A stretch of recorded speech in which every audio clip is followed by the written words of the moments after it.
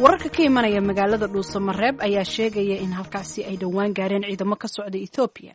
Wariyaheena Cabdiwaaxid Macalin Isxaaq ayaa warbixintan ku eegaya sida loo arko ciidamadaasi tagay dhuusamareeb.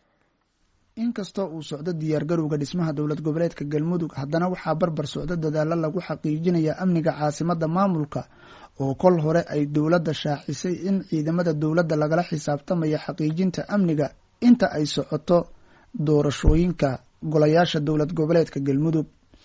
ciidamada dowladda ee ku sugan dhuusamareeb oo isugu jira boolis, military iyo nabad sugid ayaa waxaa kaabaya ciidamo kale oo qayb ka ah howlgalka Amisom kuwa oo ka socday dalka Djibouti. ha yeeshee saacadihii ugu dambeeyay waxaa soo baxayay warar kala duwan kadib markii dhuusamareeb ay gaareen ciidamo ka tirsan dowladda Itoobiya kuwa oo ka soo gudbay dhanka gobolka Hiiraan.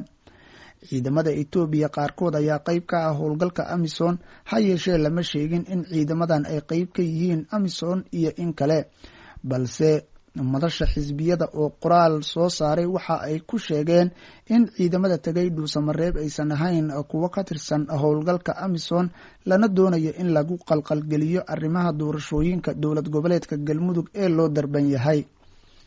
dhinaca kale, xildhibaan Cabdixakiin Macalin Axmed oo ka mid ah baarlamaanka Soomaaliya lagana doortay Galmudug ayaa qoraal uu soo dhigay bartiisa Facebook ku sheegay in aysan jirin ciidamo aan Amisom ahayn oo tagay dhuusamareeb. waxa uu ganafka u tuuray warka ka soo baxay madasha xisbiyada ee lagu sheegay in dhuusamareeb ay tageen ciidamo aan ka tirsanayn howlgalka Amisom.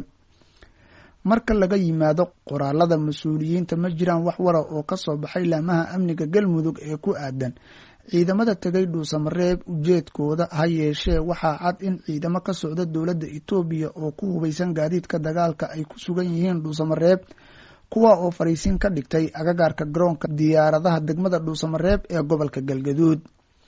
dowladda iyo ahlu sunna ayaa isku maandhaafsan dhismaha Galmudug oo guddiga farsamada ay shaaciyeen howlbilowga dhismaha maamulka, waxaana dhuusamareeb ka socda oo kulamo u dhexeeya madaxda ahlu sunna, mana jiraan wax wara oo ka soo baxay. Cabdiwaaxid Macalin Isxaaq, VOA, Gaalkacyo.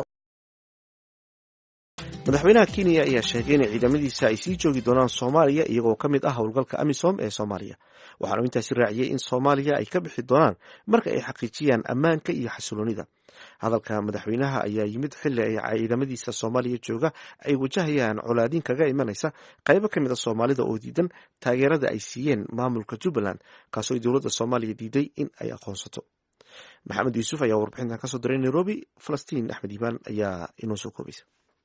bishan waxay Kenya iyo Soomaaliya isku raaceen in ay caadiyeeyaan xiriirkooda kadib bilooyin xiisado siyaasadeed ay u dhaxaysay labada dal, kuwaasoo ku kala aragti duwanaa dhowr arrimood oo ay ka mid tahay doorashooyinkii Jubbaland. Kenya waxay ahayd wadanka kaliya ee gobolka Geeska Afrika ee aqoonsaday natiijadii ka soo baxday doorashadii Kismaayo, taasoo dib loogu doortay Axmed Madoobe inuu xilka sii haya 4 sano oo kale. George Musamale oo madax ka ah xarunta maareynta qataraha ee Afrika ayaa waxa uu leeyahay. What is really happening is that the Somali government is pulling its muscles, showing very well we do not recognize the government in Jubaland. ay muruqeeda ballaarinayso si ay si wanaagsan ugu muujiso inaanay aqoonsanayn dowlad goboleedka Jubbaland. tanina waxa ay keentay in uu yimaado go'aanka lagu celiyey madaxweyne ku-xigeenkii Jubbaland, waxaanay tani sii kululeynaysaa xaaladda oo ah in Kenya laga riixay Gado iyo dhowr meelood oo kale oo ay ka howlgeli jireen, lana keenay ciidamo Etoobiyaan ah oo xiriir saaxiibtinimo la leh dowladda Muqdisho. waxay ila tahay in aynu arki doono maalmaha soo socda dhaqdhaqaaqyo deegaanadaasi ka dhaca. Kenya ayaa u dirtay ciidamadeeda Soomaaliya sanadkii 2011 si ay Al-Shabaab uga riixaan xuduudda Soomaaliya. kadib waxay Kenya ku biirtay howlgalkii Amisom ee Soomaaliya. madaxweynaha Kenya Uhuru Kenyatta ayaa sheegay Khamiistii in ciidamada dalkiisa ay Soomaaliya muddo dheer sii joogi doonaan.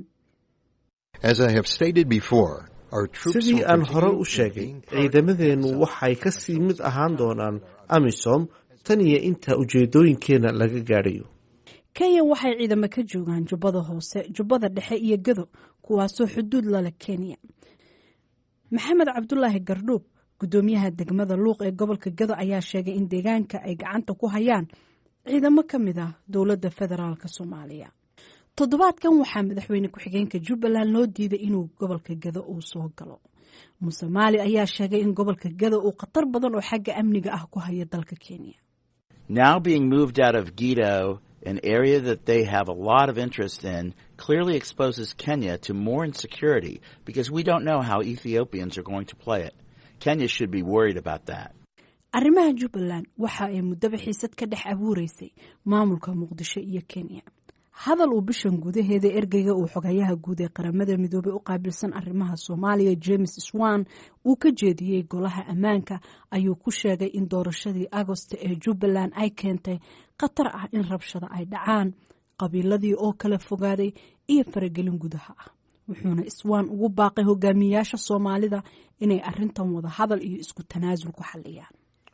aad ayuu mahadsantahay Falastiin Axmed Iibaan oo inoo faahfaahinaysa warbixintii wariyaha VOA Nairobi Maxamed Yuusuf. halkaad kala socotaan waa VOA.